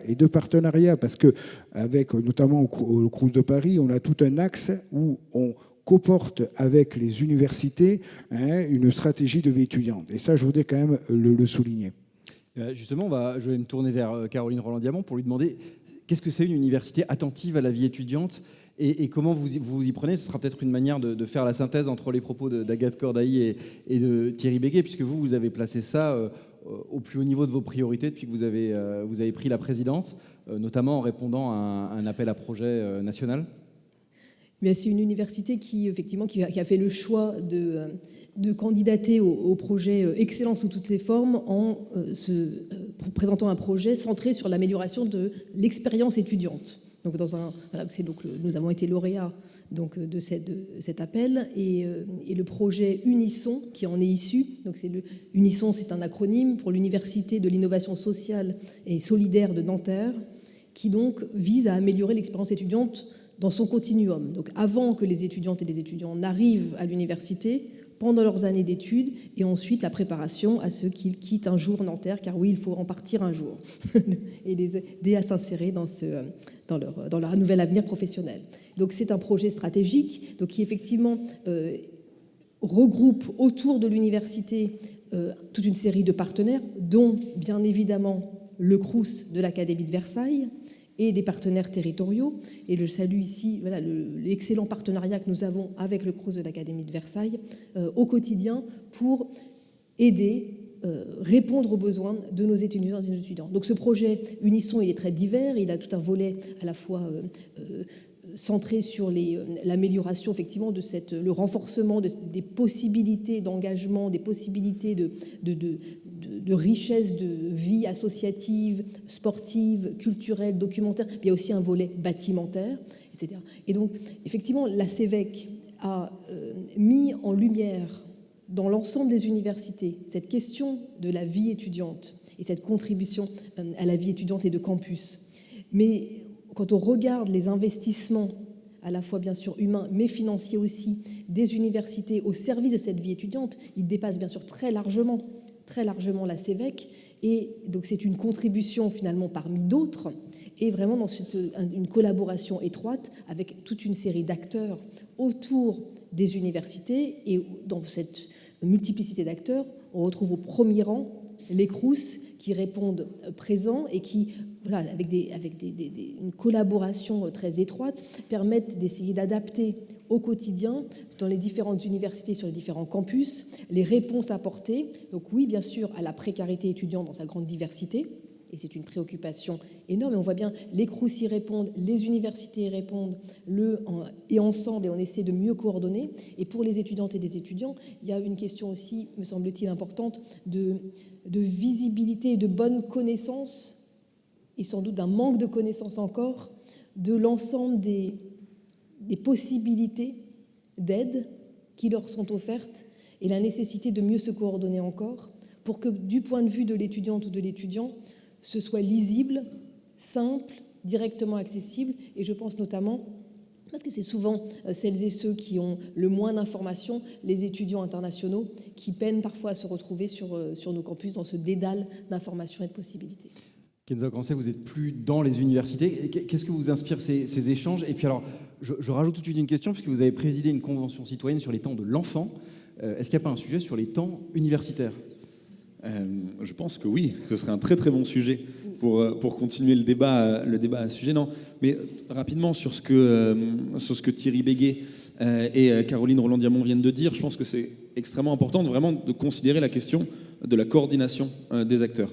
Évidemment que la question de la vie étudiante, des conditions sociales, de la précarité, touche de plus en plus les universités aussi, parce que les universités font partie des premiers identifiés où les étudiants vont faire du lien, vont demander de l'aide, de l'accompagnement, mais aussi, il faut se dire, les universités sont aussi sous pression d'avoir des bons résultats, de réussir à atteindre un niveau de performance qui ne veut pas dire grand-chose, mais aujourd'hui, ça passe notamment par la réussite étudiante, et on sait que la réussite académique passe par là les conditions sociales. Donc en fait, évidemment, il y a une pression qui existe sur les universités qui doivent se saisir de cette question, qui doivent agir, mais ça ne doit pas se faire en concurrence, et ça doit bien se faire en complétant les actions avec les capacités et surtout les compétences de chaque acteur, dont les Crous. Et donc c'est vrai que c'est extrêmement intéressant de devoir pousser pour cette meilleure coordination. Et en plus, dans la coordination, on a parlé là des universités, des Crous, mais en effet, on parle convention citoyenne. Je pense qu'il ne faut jamais oublier ce dernier espace, si on veut, que sont les étudiantes et les étudiants, très directement, qui doivent pouvoir participer et faire vivre, justement, faire développer tous les processus et toutes les décisions, toutes les politiques publiques qui sont mises en place pour eux. Merci Kenza. Thierry Béguet, alors je ne sais pas d'ailleurs dans quelle mesure tout le monde ici est informé de ça, mais il y a eu un sondage commandé par le CNUS à l'IFOP qui a livré toute une série de résultats très intéressants, notamment le fait que les Crous sont majoritairement perçus comme des espaces d'accueil et de soutien, donc à 57 et 53%, peu comme des lieux d'innovation, seulement à 10%. Et je sais que c'est un sujet qui est important au Crous de Paris. Vous essayez d'innover aussi pour que les espaces ne soient pas que des lieux de service, quoi, finalement. Expliquez-nous un petit peu ce que vous essayez de mettre en œuvre. Alors, je pense que c'est plutôt une méconnaissance, puisque là, je m'inscris en faux. Les Crous sont aussi des espaces d'innovation, vraiment. Pourquoi on ne se contente pas de l'immobilisme, notre petit confort, en se disant tout va bien. Non, on se questionne toujours dans le souci d'améliorer les services à la vie étudiante. Et on se questionne de manière de plus en plus outillée, notamment avec des partenaires, parce que là aussi, hein, on n'est pas seul pour répondre à ces sujets-là. On développe et on co-développe, on participe à de nombreux programmes de recherche-action. Et ça, c'est effectivement extrêmement important puisque on arrive à mettre, je veux dire, sur un territoire, hein, sur un terrain, parce que les Crous ont une expérimentation extraordinaire pour nos équipes de recherche. Extraordinaire. Donc on arrive à mettre donc, sur ce terrain-là à la fois donc, les équipes de recherche, nos personnels, nos usagers. Et on travaille beaucoup aussi sur la notion d'usage. Hein, qu'est-ce que c'est que le bon usage, hein, et on a plusieurs recherches-actions que nous menons au Crous de Paris. On en a une extrêmement importante sur le système veilleur sentinelle, sur les questions de santé mentale et comment former les personnels, mais aussi des personnes un peu plus dédiées sur dépister. Ça qui est important, c'est dépister. Hein, voir où est-ce qu'il se passe, qu'est-ce qui se passe et autre et tout. Et on travaille donc avec, nous avons un cadre d'action recherche avec l'université de PSL, l'université de Paris 8, Nightline, le Crous et l'Observatoire national. Et on aura les premiers résultats sur 2026 et j'espère qu'on pourra donc en reparler. On travaille avec les organismes de recherche, que ce soit l'INRA et AgroParisTech, sur tout ce qui concerne la transition écologique et la qualité de la végétalisation de l'assiette. On travaille, bon, là aussi également, je peux citer que la chaire qu'on a bien connue, hein, la chaire avec l'École nationale des arts décoratifs de Paris, qui s'est questionné l'habitabilité de nos espaces, de nos petits espaces, et en mettant en avant effectivement l'importance des espaces communs. Et tout ça, ça nous permet effectivement d'orienter notre action publique. C'est ça qui est important. Et dans le projet de réseau qui est porté donc par le CNUS, on a le fameux Crous Lab que j'appelle vraiment de mes voeux qu'on puisse se concrétiser, puisqu'il pourra être à la fois nous donner quelles sont les thématiques de recherche, mais aussi fédérer tout ce qui se passe dans tous les Crous. Parce que ce n'est pas que le Crous de Paris, c'est tous les Crous ont cette volonté, mettre en place vraiment des programmes d'innovation pour améliorer le service et les usages à l'étudiant.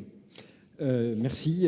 Olivier Rey, je voulais aussi vous faire réagir sur d'autres résultats de ce sondage pour parler finalement des priorités montantes, puisque ça a circulé à l'écran. Hein. Les services les plus utilisés, c'est le restaurant universitaire, les bourses, les aides financières, le logement. Là, on est sur des choses assez classiques. Finalement, le culturel et le sportif, c'est seulement 12% des usagers, et le soutien psychologique, seulement 6%. Sauf que ces dernières années, notamment la santé mentale, c'est un sujet complètement montant. Hein. Ouais. D'ailleurs, quand les Crous ont été fondés, on sortait d'un monde étudiant où la grande affaire, c'était la tuberculose.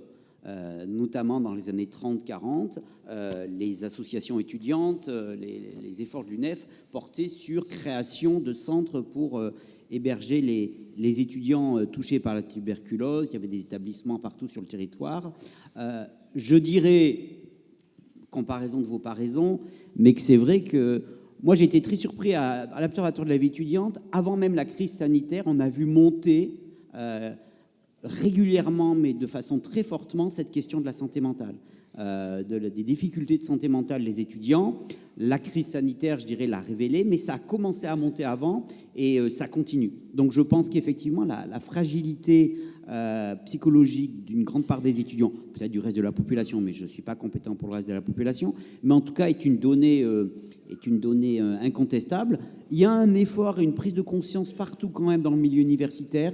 Vous avez parlé des étudiants sentinelles. Durant la crise, vous avez quand même réagi assez vite pour, dans les résidences notamment, mettre tout de suite en place un certain nombre de services, soit avec vos propres personnels, soit avec l'aide d'associations, etc. Il y a une prise de conscience aussi dans les universités, notamment je dirais que la rénovation des centres de santé étudiantes et la priorité qui est souvent donnée un peu de partout avec une grande collaboration. Moi, je viens d'une ville à Lyon où s'est ouvert récemment un centre de santé coordonné avec tout le monde. C'est aussi une réponse, mais il faut mieux coordonner les assistantes sociales, puisque tout le monde ne le sait pas, mais il y a des assistantes sociales principalement au Crous, il y en a encore aussi dans les universités, et quand il y en a dans les deux endroits, il et elle travaillent ensemble et il faut l'encourager. Mais je pense qu'effectivement, les centres de santé étudiantes, ce sont des choses qui doivent être renforcées parce que c'est une priorité du monde d'aujourd'hui qui doit vraiment être intégrée dans les conditions de réussite des étudiants, incontestablement. Agathe Cordailly, sur ces nouvelles priorités, alors la santé mentale, mais peut-être d'autres qui vous semblent cruciales. Je voudrais juste ajouter, puisque je vois arriver le maire de Montpellier, que sur ces questions... des choses. Non, mais je me permets parce que je ne pouvais pas ne pas le dire. Sur ces questions de coordination pour mieux prendre en charge les questions de santé des étudiants et notamment la question de la santé mentale, il faut aussi intégrer les collectivités locales. À Montpellier, il y a eu un gros travail là-dessus. Donc ça veut dire donc les acteurs de l'enseignement supérieur, les acteurs de la formation, évidemment les universités et les autres institutions d'enseignement supérieur, les CROUS et tous les acteurs sociaux, et aussi les collectivités territoriales. Je crois que ce que vous avez fait est assez intéressant, et partout, on voit qu'il faut coordonner, parce que je suis moins compétente sur ce sujet, mais on voit bien que les choses aussi commencent quand les étudiants ne sont pas encore étudiants, c'est-à-dire quand ils sont jeunes. Il y a à trouver des ponts sur étudiants et jeunes, et ça en renvoie aussi peut-être à ce qui nous a été dit sur la généalogie des CROUS, où il y avait scolaire et universitaire. On n'a jamais trop compris pourquoi il y avait ces deux intitulés. Mais voilà, aujourd'hui, ça peut avoir un autre sens sur la jeunesse. Bon, on revient tout à l'heure avec Mickaël Delafosse sur Montpellier. Merci Olivier Ray. Agathe Cordailly, donc je vous repose cette question. Qu'est-ce qui, à vos yeux, sont les priorités cruciales, montantes à prendre en compte? On ne va pas tarder à arriver aux questions-réponses avec la salle. Alors, parenthèse, vous n'avez pas le backstage. J'avais demandé un timer ici pour qu'on ait tous un bon rappel du temps. Sauf que le temps a été un peu exagéré. Donc là, ils pensent qu'ils ont encore énormément de temps pour parler. Mais pas du tout. Pas du tout. Il nous reste un quart d'heure. Ah oui, c'est comme ça. C'est terrible, c'est le live. Agathe. Peut-être pour revenir un peu sur les missions les mieux identifiées du Crous, c'est vrai que la culture et le soutien psychologique, c'est pas des choses qui sont très identifiées par les étudiants. Mais en réalité, c'est encore une fois aussi parce que les étudiants sont précaires et que c'est pas forcément leur priorité, et que quand la priorité c'est se poser la question de comment on va payer son loyer à la fin du mois, on a un peu moins cette question de qu'est-ce qu'on va faire ce soir pour aller se divertir, même si certes c'est important. Et c'est vrai que il faut, en tout cas moi à mon sens, et je pense que je l'ai beaucoup répété déjà, mais il faut beaucoup plus en tout cas d'aller vers les étudiants pour leur montrer aussi, parce que les étudiants sont pas assez au courant de ce qui est mis en place et de ce qui est à leur disposition, et donc il faut plus d'aller vers pour leur montrer. Et plus d'aller vers, ça s'entend aussi plus de postes, plus de moyens pour les CROUS. Mais voilà, on en a discuté encore une fois la semaine dernière au conseil d'administration. Mais c'est des réalités. Il faut plus de moyens, il faut plus de postes pour faire plus d'aller vers, pour pouvoir mieux aiguiller les étudiants, mieux les accompagner, et mieux les accompagner sur ces questions notamment de précarité. Et donc les étudiants ne sont pas forcément tournés vers tout ce qui est culturel, en tout cas en ce moment notamment, mais depuis quelques temps surtout, mais c'est en partie à cause de la précarité étudiante, et tant qu'on ne met pas la précarité au centre, ça ne changera pas. Et je pense que la vie étudiante, elle passe par cette lutte contre la précarité, parce que lutter contre la précarité, c'est aussi lutter contre l'isolement social, et la culture, elle a aussi son importance en ce sens-là. Merci Agathe. Peut-être un dernier mot, parce qu'effectivement, je tiens vraiment à ce qu'on ait les échanges avec la salle. Donc, j'anticipe sur une autre. Ils ont le timer qui a changé, là. Vous avez vu, ils ont fait oh là là, on a perdu 20 minutes.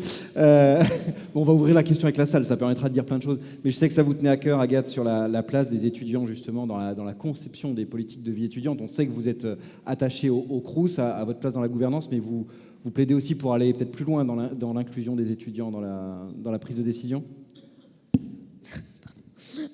Effectivement, il faut plus de place pour les étudiants, parce que encore une fois, le Crous, c'est le service public des étudiants, donc c'est pour les étudiants, et il a été créé par les étudiants, et il faut vraiment qu'on soit plus inclus, qu'on ait plus notre mot à dire.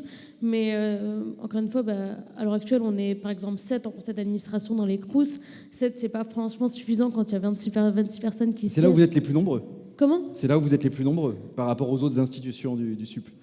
Oui, c'est là où on est le plus nombreux, mais c'est jamais assez. C'est jamais assez quand ce sont des décisions qui sont prises pour nous, mais pas pour nous. Donc c'est important aussi qu'on ait plus notre mot à dire, qu'on soit plus investi. Et l'investissement étudiant aussi, il est compliqué, parce que on fait nos études à côté, on est précaire. Et donc on ne peut pas non plus nous demander de nous investir toute l'année à 10 000 %. Mais il faut aussi voir que les étudiants, ils ont leur mot à dire et qu'il faut les écouter. Et les écouter, c'est aussi peut-être plus de représentation étudiante. On va juste laisser ce dernier mot à Agathe Cordailly. Il y a des étudiants dans toutes les tables rondes, ce qui est aussi une spécificité de ce colloque. Je reviens encore vers vous tout à l'heure, mais je ne veux vraiment pas qu'on passe à côté de la possibilité pour la salle de réagir ou de poser des questions. Alors, j'ai des micros. J'avais normalement des gens pour m'aider, mais je vais me promener un peu, c'est très bien. Donc je vous laisse à chaque fois vous présenter. Et une question courte pour inciter nos invités à faire des réponses courtes. Merci. Roby Morder du Germe. Donc, joyeux anniversaire. Voilà, merci. Moi, la question, j'ai un peu dérangé parce qu'on vient d'entendre que l'étudiant n'est plus ce qu'il n'a jamais été.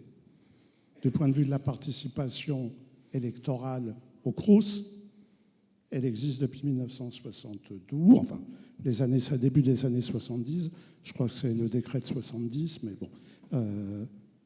La participation n'a pas beaucoup bougé sur le fond en termes de pourcentage. Deux, le monde étudiant d'aujourd'hui, on pourrait reprendre Durkheim en 1906, qui décrit l'Université de Paris et ses étudiants, l'état d'anomie.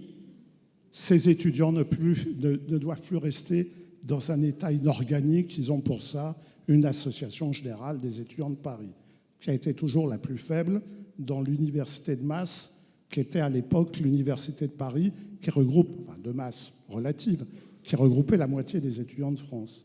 Donc, l'effet de masse, le problème, c'est qu'est-ce qui change? C'est ça, et quelle réponse? Par exemple, la précarité d'aujourd'hui, c'est pas, si on la compare à la précarité des années de la guerre et de la libération, la précarité matérielle. Je ne sais pas qu'est-ce qui était le plus dur quand on voit les souvenirs. Ce qui change, c'est la perspective de l'avenir. C'est qu'il y avait une assurance de l'avenir et à l'époque une précarité de l'avenir. Donc c'est vrai que par rapport à ça, pour conclure, c'est est-ce qu'on n'a pas eu avec un effet qui est en général d'ailleurs ce qui va avec l'institutionnalisation des œuvres étudiantes, la prise en charge par l'État, les collectivités publiques, est-ce qu'il n'y a pas une sorte de sentiment de dépossession qui fait que, par exemple, pour les étudiants aujourd'hui, l'université et l'ensemble de ce qui tourne autour n'est pas un lieu qui leur semble légitime, un lieu de citoyenneté légitime? Bon, c'est la question. Et puis ça va être facile de répondre rapidement. Mais j'ai senti Kenza Okansé prêt à le faire, et ça, c'est toujours très bien d'avoir des alliés sur la scène. Non, je pense que c'est extrêmement intéressant, et c'est la question de se dire, en effet, aujourd'hui, au vu de la situation actuelle, en effet, où il y a une problématique de projection vers l'avenir, il y a quand même une problématique différente en termes de précarité, ne serait-ce qu'en fait, dans les années 60, on avait 300 000 étudiants en France, passé à 3 millions aujourd'hui. Évidemment, ce n'est pas le même public, ça a été dit, donc problématique différente. Mais je rejoins totalement la question que vous avez posée, en fait, la réflexion sur ce sentiment de dépossession. Et de se dire, est-ce que c'est un espace où je peux aller m'engager et faire changer les choses? Je pense qu'il y a un enjeu qui doit venir d'abord là, de la part de l'institution, c'est bien reposer les bases d'une confiance partagée. Mais ça doit venir du haut, selon moi, parce que les étudiants sont totalement capables de proposer des choses extrêmement cohérentes, extrêmement responsables, parfois même en avance sur leur temps. Rappelons-nous, le tout premier restaurant universitaire laïque de France, c'est en 1927, par l'Association fédérative générale des étudiants de Strasbourg, l'AFGES, qui a géré ce restaurant universitaire jusqu'en 2015. Et ça, c'était en avance. C'est les premiers à avoir monté un restaurant universitaire laïque, donc profondément républicain, avant même que d'autres se mettent en place. Ben, ça prouve que les étudiants, si on leur donne les moyens et qu'on leur fait confiance, ils peuvent le faire. Et du coup, je pense que par rapport à ce qu'on peut faire aujourd'hui, c'est justement repenser les modes d'expression, les modalités de participation. Évidemment, les élections étudiantes. Alors moi, je suis un produit du syndicalisme étudiant aussi, donc je défends ce modèle-là, mais je défends aussi aujourd'hui le fait qu'on ne peut plus se baser uniquement sur la représentation syndicale étudiante en France, et qu'il faut, en fait, moi, et là, en tant que président d'une convention citoyenne, dire qu'il faut développer ce qui existe déjà dans un certain nombre d'établissements, de crous, d'universités, aller développer la participation des étudiantes et des étudiants qui, de base, eux, ne s'engageraient pas dans des associations et qu'on entend le moins alors qu'ils sont certainement les plus concernés. Merci Kenza Cancet. J'ai vu Caroline Rolandia. Ah bah voilà, allez-y. Hein, ça, leur a ça les a convaincus. Caroline Rolandiamont. Très brièvement, effectivement, ce qui est soulevé ici est un enjeu de comment susciter la participation étudiante. Et on constate qu'il y a en tout cas dans les universités qui ont toutes les unes après les autres mis en place des schémas directeurs de la vie étudiante, se sont posé la question de comment élaborer ces schémas directeurs qui vont structurer les politiques universitaires de soutien à la vie étudiante en impliquant les étudiants eux-mêmes. Donc il y a eu toute une série généralement d'ateliers participatifs dans lesquels on retrouve une plus grande participation que par d'autres, effectivement, voies plus traditionnelles. Et donc, par ces ateliers où la parole est libre avec des animateurs de haut calibre, comme ce matin, qui permet justement de libérer la parole et que chacun et chacune se sentent légitimes à exprimer ses préoccupations qui ensuite, et c'est tout l'enjeu pour les universités, se retrouvent traduites dans un schéma directeur qui ensuite structure pour les années à venir les politiques de vie étudiante. Thierry, vous vouliez aussi réagir ? Juste un mot, puisqu'on aura déjà un bon test en février, puisqu'on aura les élections étudiantes, qui progressent un petit peu, même si effectivement on peut pas quand même s'en glorifier. Quand même, premièrement, il faut dire quand même que l'engagement, la participation des étudiants, on les écoute. Nos conseils d'administration ne sont pas des chambres d'enregistrement. Moi, je le dis. On discute, on échange, on débat. Et là où je vous rejoins totalement, c'est qu'il faut effectivement, là, quand on parle de réinventer, il faut réinventer effectivement des formes d'écoute, de partage avec les étudiants. Il y a plein de choses. Certes, on a les conseils d'administration, mais c'est peut-être parfois même trop formel. Il faut effectivement créer des espaces de discussion, d'échange, d'écoute avec ces étudiants. On parlait des anciens. Les anciens, on avait ces fameux conseils de résidence. Bon, ça, ils sont morts là. Ils sont morts. Mais est-ce qu'on ne pourrait pas, je veux dire, un peu les faire renaître en essayant d'aller vers l'étudiant pour l'écouter ? Je crois que c'est fondamental. C'est fondamental parce qu'on ne peut que co-construire avec eux, effectivement, des réponses à votre quotidien. Et ça, je crois que là, on a des espaces, il y a des espaces aussi pour nos chercheurs qui peuvent être effectivement pertinents à s'approprier, à s'embarquer avec les étudiants pour pouvoir faire des réponses qui sont adaptées à leurs demandes, à leurs besoins. Agathe, vous êtes la première concernée. Qu'est-ce que ça vous évoque ? Non, mais oui, effectivement, il faut plus intégrer les étudiants et autrement, effectivement, que les conseils d'administration qui sont des fois très, très sérieux et pas franchement l'endroit pour avoir certaines discussions. Mais surtout, je veux le rappeler, les étudiants, effectivement, il y a un manque de visibilité sur notre avenir. Et notamment en France, à l'heure actuelle, il y a quelques temps, Macron avait annoncé une sorte de militarisation de la jeunesse en parlant d'un service militaire. Ça, c'est des choses qui contribuent au fait qu'il y a un manque de visibilité pour les étudiants. Et c'est en tout cas des propos que nous, on considère comme étant inacceptables. Mais faut avoir en tête que les étudiants, on n'est plus au centre des prises de décisions qui nous concernent. Et quand on prend des décisions ou qu'on a des propos sur les étudiants, il faut les avoir avec les étudiants et pas comme ça, sorti de nulle part entre parenthèses. Mais il faut nous inclure et il faut nous écouter, nous comprendre. Et au-delà de ça, il faut avoir aussi en tête que le statut étudiant, c'est un statut très, très particulier et que même quand on est engagé dans nos syndicats étudiants, dans nos organisations étudiantes, nous sommes encore étudiants, donc nous sommes encore précaires et donc nous sommes encore soumis à des biais de vie dont les étudiants ont et vivent. Et surtout, on a nos études à côté et donc c'est important de nous inclure, mais aussi il faut penser cette inclusion en accord avec ce que c'est un étudiant et ce que ça représente un étudiant et avec le statut de l'étudiant tel qu'il est à l'heure actuelle, c'est-à-dire quelqu'un qui dépend encore très fortement souvent de la société, de ses parents et pas une personne qui est totalement indépendante. Olivier Ray, vous êtes saisi du micro, c'est pour la suite ou c'est parce que vous vouliez aussi réagir sur ce point ? Non, Non mais oui. Ça fait plusieurs fois que j'entends parler de précarité. À l'OVE, on mène un gros travail avec la DGSPIP sur justement pouvoir objectiver ces questions de précarité étudiante qui nous semblent très très importantes parce qu'aujourd'hui on s'appuie sur un certain nombre de questions sur les difficultés financières, à boucler ses fins de mois, sur les difficultés à payer son loyer, sur le fait de sauter des repas, etc. Bon, avec des chiffres qui, selon la question que l'on prend, oscillent entre 10, 20, 25% des étudiants.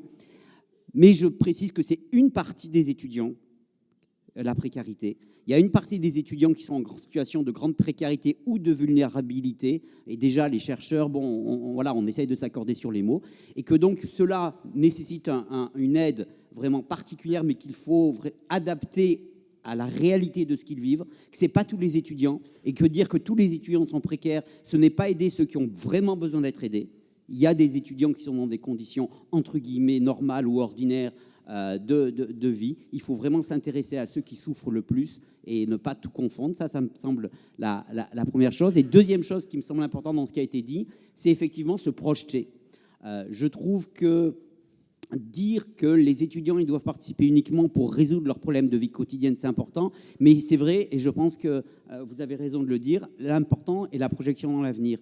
Et moi, il me semble qu'il y a des défis, est-ce que ce sont ceux que les étudiants ressentent, mais dans un monde où il y a le péril du changement climatique actuellement, et où il y a la question de l'intelligence artificielle, quels étudiants on va former pour quel métier ? Est-ce qu'on va continuer à les former pour des métiers qui, demain, peut-être n'existeront plus ? Est-ce qu'on va les former pour être des acteurs capables d'agir dans la société de demain, notamment face à cette question du changement climatique ? Ça me semble des questions importantes. Je crois que l'heure n'est plus à se dire uniquement on va former des diplômés aux diplômes qui existaient déjà, mais c'est vraiment se poser la question de quels citoyens, quels professionnels, quelles personnes on va former dans la société de demain, qui me semble beaucoup plus compliquée et périlleuse que la société que nous avons connue à notre tour. Et je crois que l'engagement passe aussi par là. Il y a des préoccupations ordinaires, quotidiennes, etc. Mais il y a quand même des préoccupations, je dirais, quasiment existentielles sur ce qu'on va devenir demain. Alors on prend encore une question, parce qu'il y a un monsieur qui a pris le micro il y a un moment. Merci. Oui, bonjour tout le monde. Raymond Rivière de la CFDT. Peut-être une question pour les représentants du personnel. Je voulais juste demander, face à la diversité croissante des jeunes étudiants et à l'augmentation des vulnérabilités, comme on l'a dit tout à l'heure, financières, alimentaires, psychologiques, comment le réseau des Crous peut-il réellement adapter ses accompagnements sans disposer de moyens humains et budgétaires supplémentaires? Autrement dit, comment répondre à des besoins de plus en plus différenciés sans créer de nouvelles inégalités territoriales dans les services rendus? Voilà. Je voulais aussi rebondir sur ce que Agathe disait tout à l'heure, sur le manque de postes, parce qu'effectivement, depuis le Covid, depuis le repas à 1 euro aussi, les collègues souffrent énormément par ce surplus d'effectifs étudiants qui viennent manger, qui viennent se restaurer dans les restaurants universitaires. Et nous sommes là pour les accueillir, mais difficilement. Moi, je voudrais aussi vous interroger là-dessus, sur les conditions de travail des personnels. Merci. Merci. Thierry, c'est un sujet d'ailleurs dont on a parlé en préparant. Hein, Et oui, vous le saviez. Hein, non, vous me disiez que c'est une logistique énorme et en particulier le repas à 1 euro, ça a des conséquences opérationnelles très, très significatives. Alors comment on fait ? Bonne question. Alors oui, effectivement, on constate tous que la fréquentation de nos restaurants est en augmentation. Alors, comment y répondre ? Ça, c'est un vaste sujet. En tout cas, ce qui est certain, que tout développement doit être accompagné. On ne peut pas, trouver d'autres solutions que s'il n'y a pas d'accompagnement à notre développement. On se développe sur la restauration universitaire, on se développe aussi également dans notre parc de logement, puisque c'est quand même, on n'en a pas trop parlé du logement, mais ça reste sûrement, la centralité d'un débat de la précarité étudiante, la question du logement. Pourquoi on n'a pas trop parlé ? Parce que je pense qu'il faudrait toute une journée pour l'évoquer et trouver des pistes. Alors oui, bien évidemment que nous sommes confrontés, les établissements, les Crous, à ce sujet des moyens et comment accompagner ce développement. Après, il y a les moyens, il y a des moyens de toute nature, les moyens humains, les moyens aussi de moderniser nos structures. Il faut moderniser nos structures de restauration pour qu'elles puissent effectivement avoir des meilleures conditions de travail à la fois pour les agents, parce que Oui, je dirais pour moi, je peux dire que cette chose-là, je veux dire, notre principale richesse et ressource, c'est notre capital humain. Hein, ce sont les agents qui travaillent de l'agent de service au cadre supérieur qui sont vraiment convaincus par ce métier qu'ils font et ces missions de service public. Donc voilà. Donc que dire après la question des moyens, c'est un vaste sujet. En tout cas, sachez qu'on est tous pleinement mobilisés pour les optimiser. Agathe, très court parce qu'on a encore une question et que si vous voulez du café, il faudra arrêter cette table ronde. Oui, mais pour revenir du coup sur les salariés du Crous, effectivement, ils travaillent dans de conditions pas souvent évidentes, notamment nous, on a des personnes qui sont syndiquées et qui sont salariées au Crous en tant qu'étudiants. Mais pas que, on voit en tout cas des situations assez déplorables. Je ne vais pas m'étaler sur certains exemples, mais en tout cas pour moi, juste, il faut avoir en tête que c'est pas de la faute du repas à 1 euro si il y a ces situations-là. Le repas à 1 euro, il existe et il est nécessaire pour toutes et tous parce qu'il y a une situation de précarité pour la jeunesse, pour les étudiants, et le nombre d'effectifs qui vient, en tout cas des étudiants qui viennent se restaurer, il augmente parce que la précarité, elle augmente. Et je me permets de rajouter, la précarité, elle est partout pour tous les étudiants parce que, encore une fois, on a ce statut d'étudiant qui dépend encore de nos parents, c'est-à-dire que quand on fait toutes les demandes qu'on fait d'aide pour avoir ne serait-ce qu'une bourse ou même juste une aide ponctuelle, on nous pose des questions sur les revenus de nos parents et on nous demande pourquoi vos parents ne peuvent pas vous aider et on insiste sur ces propos-là. Et ça, de fait, ça nous met dans une situation de précarité et de vulnérabilité. Et donc, oui, on peut dire que tous les étudiants sont vulnérables et qu'une grande partie, en tout cas, sont précaires financièrement. Mais la précarité, c'est pas que financier, c'est aussi mental et tout ce qui va avec. Et donc, c'est important d'avoir ça en tête, que les étudiants, ils sont précaires et qu'ils sont vulnérables, et de prendre ça dans leur ensemble et pas juste 20%. Vous n'êtes pas d'accord, mais c'est bien l'intérêt de ce genre de débat. Merci Agathe. La question, voilà. Florian Prussac, directeur de projet en charge des territoires au Crous de Toulouse-Occitanie et heureux référent scientifique d'une doctorante qu'on accueille en CIFRE. C'est pas tant une question qu'une contribution au vu du thème de la journée et de l'intitulé de la table ronde, c'est-à-dire les Crous au service des jeunesses étudiantes, et on a le président de l'OVE qui est là, et à la croisée de ce qu'on s'est dit autour des dynamiques collectives, nécessairement collectives, il y a quand même un fil rouge pour éclairer aujourd'hui et demain nos politiques publiques qu'on gagne sans doute collectivement à investir aujourd'hui, c'est la question de la recherche, de la donnée, comment on partage de la donnée entre l'INSEE d'un côté, les universités qui font leurs enquêtes, les Crous, le ministère, on a de la donnée partout. Mais on est aujourd'hui assis sur des masses et des mines de données qui sont d'une complexité folle à traiter vu des Crous, et on a sans doute besoin, pour faire un clin d'œil à Malo Moufakami, qui signait il n'y a pas longtemps une tribune sur le sujet, de plus de recherche sur les étudiants, sur les questions étudiantes, sur la formation. Et donc je pense que ce n'est pas tant une question qu'une contribution, de se dire que c'est un enjeu pour les 10 et les 70 prochaines années du réseau des Crous, et je voulais le proposer aujourd'hui. Juste un mot très rapide. Je suis d'accord, mais ça progresse. Ça progresse. On travaille de plus en plus pour apparier les données administratives qui remontent par les circuits des établissements d'enseignement supérieur avec les données d'enquête dans les universités. Je pense aux observatoires de l'enseignement supérieur qu'il y a dans les établissements, avec l'OVE, avec le CNUS. Je ne me rappelle plus le nom de la nouvelle base, c'est plus Aglaé. Comment ? Olaf, voilà, excusez-moi. Mais tout ça progresse. Et je crois qu'effectivement, c'est une piste très, très, très importante pour demain. Et de même que le CNUS a lancé un programme très ambitieux de recherche, j'appelle aussi, parce que c'est toujours utile, ceux qui travaillent dans les universités à soumettre leurs travaux au prix de l'OVE pour les faire connaître, et les équipes de recherche à venir nous demander d'exploiter nos très riches bases de données que nous ne pouvons pas même exploiter aussi complètement qu'on le voudrait nous-mêmes, parce que maintenant, on a quand même 30 ans d'enquête et ça commence à devenir très intéressant. Merci pour avoir souligné cet enjeu, effectivement, à la fois de connaissances et de production de connaissances. Très bien, mais on va rester là-dessus. Merci à tous les 5.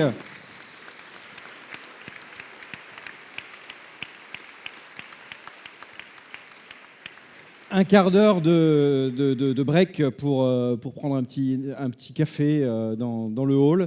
On se retrouve dans 15 minutes pour la deuxième table ronde.